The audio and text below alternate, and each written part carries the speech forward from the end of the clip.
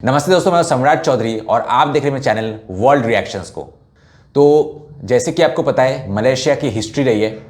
एक टाइम पे कश्मीर के मुद्दे को लेके इंडिया को आंखें दिखा रहा था, इंडिया के खिलाफ स्टेटमेंट दे रहा था और पाकिस्तान जैसे देश को सपोर्ट कर रहा था। तो बांग्लादेश और पाकिस्तान जो भाई भाई है, इनको खुली छूट दे के रखी थी अपने देश में। इंडियन से उन्हें प्रॉब्लम थी, लेकिन पाकिस्तान बांग्लादेशी से जो है उनको कोई प्रॉब्लम नहीं था। तो अपने देश के अंदर जो है इनको खुली छूट दे के रखी थी।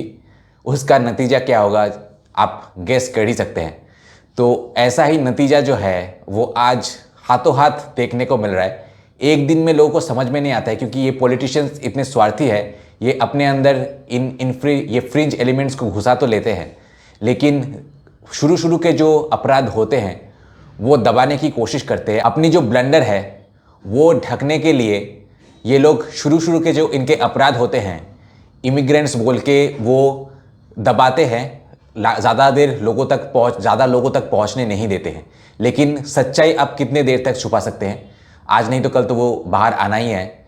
यही जो है इतने दिन से जो स्टांस, इतने दिन की जो पॉलिसीज़ थी, वो आज जाके जो उसका रिजल्ट है वो मलेशिया को देखने को मिल रहा है। मास अरेस्ट हुआ है। और बाय द वे हमारे मेघालय में भी कुछ ऐसा हुआ था, जिसका वीडियो अभी आने वाला है इंडिवर्ल्ड एंटरटेनमेंट में। तो वो वीडियो भी ज़रूर देखिएगा। फिलहाल हम ये मलेशियन मीडिया से रिपोर्ट देखते हैं कि मास अरेस्ट हो रहे हैं पाकिस्तानीज़ और बांग्लादेशीज़ का। तो बांग्लादेशी मीडिया इसके बारे में क्या रिपोर्ट कर रहा है, और बांग्लादेशी मीडिया है, मुझे तो पता है कि पाकिस्तानीज़ और बांग्लादेशीज़ दोनों के लिए ही ये हो रहा है। लेकिन यहाँ के जो रिपोर्ट है, क्योंकि ये बांग्लादेश मीडिया का रिपोर्ट है, इन्होंने स्पेसिफिकली बांग्लादेश लोगों को कवर किया है जो कि वहाँ पे जाके मास अरेस्ट हो रहे हैं। इंटरेस्टिंगली वो अपने न्यूज़ मीडिया में भी इनको विक्टिम दिखाने की कोशिश कर रहे हैं, दोनों ही केसेस में, जो मेघालय में हुआ वहाँ पे भी और ये। हालांकि वो लोग ये एडमिट कर रहे हैं कि वहाँ पे जाके ये लोग क्रिमिनल एक्टिविटीज़ कर रहे हैं, लेकिन फिर भी जो है अपने देश के लोगों का साइड ले रहे हैं। इससे उस देश की जो मानसिकता है कि वो साफ साफ जो है झलकती है कि ये लोग बाहर में अपने जो लोग हैं इसीलिए भेजता है ताकि वहाँ पे क्योस क्रिएट किया जा सके। वहाँ की जो सिस्टम है, ओवरऑल जितना पीसफुल सिस्टम है, उसको पूरे तरीके से डिसरप्ट करके अपनी जो खुद के देश में तो अराजकता है ही, वो दूसरे देश में भी ले जाना चाहते हैं। और इंडिया में जो लोग इनको पालने की सोच रहे हैं, आप अच्छे तरीके से ये वीडियो देख लो कि इनको देश के अंदर घुसाने से क्या होता है। So let's start.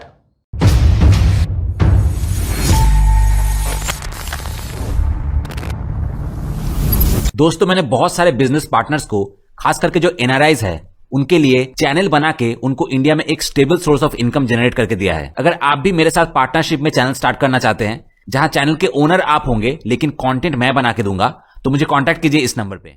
By the way, मेरे पहले एसएमएस शॉर्ट फिल्म की हिंदी डब वर्जन आ चुकी है। अगर आप देखना चाहते हैं तो डिस्क्रिप्शन में आपको लिंक मिल जाएगा। मलेशिया में एक बार फिर बड़ी संख्या में बांग्लादेशियों की गिरफ्तारी की खबर सामने आई है। मलेशिया के होम मिनिस्टर के अनुसार आतंकवाद से जुड़ने के आरोप में 36 बांग्लादेशी नागरिकों को गिरफ्तार किया गया है। गत 24 अप्रैल से सेलांगोर और जौहर प्रांतों में चलाए गए 3 अलग अलग अभियानों में इन्हें पकड़ा गया।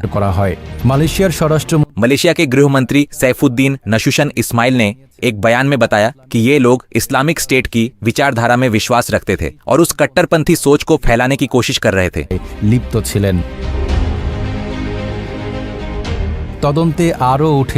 जांच में यह भी सामने आया है कि ये लोग अपने अपने समुदायों में उग्रवाद फैलाने, आतंकवादी गतिविधियों के लिए धन जुटाने और यहाँ तक कि अपने देश में सरकार को गिराने की योजना बनाकर संगठित होने की कोशिश कर रहे थे।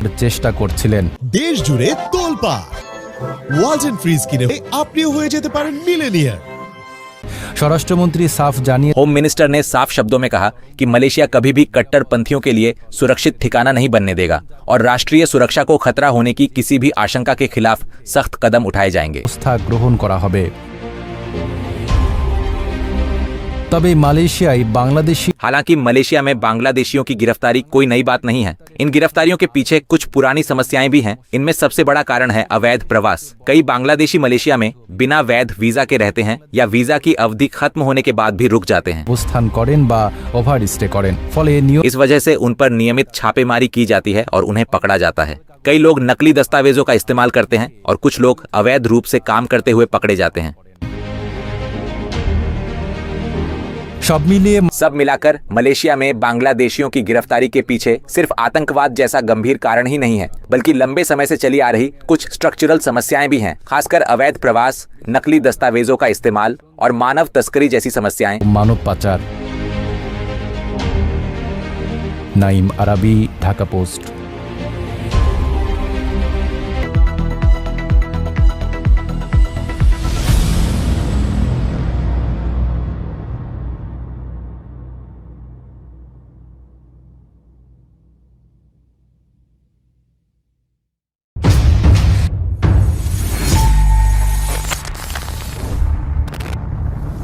सबसे पहले बिल्लू बिस्वास ने लिखा है कि पूरे विश्व बाजार में बांग्लादेश की पहचान अब एक जंगली के रूप में बनती जा रही है, जिसके रिप्लाई में मैंने कहा कि जब तक पाकिस्तान को बाप कहकर पुकारते रहोगे तब तक यही पहचान बनी रहेगी। इसीलिए मैं तो कहूंगा कि अब बांग्लादेश में एक नया नारा उठना चाहिए, बाप बदलो पहचान बदलो। उसके बाद प्रशांत चक्रवर्ती ने लिखा है कि ये लोग जिस देश में भी जाएंगे वहां तबाही मचाएंगे, जिसके रिप्लाई में मैंने कहा कि बिल्कुल सही, इसमें अक्ल कम है, ऊपर से मदरसा छाप, दूसरे देश में जाकर पकड़ा भी जाए तो वहां जेल में बैठकर मुफ्त में खाएगा। उसके बाद जर्नलिस्ट मजूमदार ने लिखा है कि बांग्लादेश भिखारियों का देश है, जिसके रिप्लाई में मैंने कहा कि पाकिस्तान एक इंटरनेशनल भिखारी है। बांग्लादेश ने पाकिस्तान से भीख मांगना सीखा है। हर दिन हजारों बांग्लादेशी पाकिस्तान के मदरसों में जाकर भीख मांगने की ट्रेनिंग लेते हैं, और जब भीख मांगने की ट्रेनिंग ली जाती है तो देश भी भिखारी ही बनता है। बांग्लादेश भी वैसा ही बन रहा है। उसके बाद सब फोर सब ने लिखा है कि जहां इस्लाम है वहां शांति है, जिसके रिप्लाई में मैंने कहा कि मजे की बात यह है कि ये भाई इतनी जल्दी में और जोश में आकर जवाब देने गया कि ऐसी गलती कर बैठा, जिससे उसकी बात का मतलब ही बदल गया। बात असल में थी जहां इस्लाम वहां अशांति, मैं तो कहूंगा जहां आतंकी वहां इस्लाम। तो फिर सवाल ये उठता है, इस्लाम शांति का धर्म कैसे हो सकता है? उसके बाद SRXM 60 ने लिखा है कि यहाँ क्या अल्हम्दुलिल्लाह कहना होगा। उसके बाद अली सिलहट ने लिखा है कि धन्यवाद मलेशिया की कानून व्यवस्था को। ब्रिटेन को भी इस तरह का अभियान चलाना चाहिए, वहां भी कई बांग्लादेशी आतंकवाद से जुड़े हुए हैं। उसके बाद कुहेली चक्रवर्ती ने लिखा है कि अगर यही घटना भारत में होती तो गालियों और आलोचनाओं की बाढ़ आ जाती। बांग्लादेश की वर्तमान स्थिति यही है, उग्रवाद। उसके बाद मोना पाखी ने लिखा है कि मलेशिया में सुधार यानी संस्कार या परिवर्तन जारी है। उसके बाद दीपांकर घोष ने लिखा है कि यूरोपियन यूनियन ने साफ तौर पर कहा है कि बांग्लादेशियों को वीजा नहीं मिलेगा। उसके बाद पिनाकी नाथ बनर्जी ने लिखा है कि अल्हम्दुलिल्लाह बांग्लादेश को नष्ट होने दो। उसके बाद एन टॉर्क बॉय ने लिखा है कि बांग्लादेशी का मतलब अधिकांश चरमपंथी जानवर है।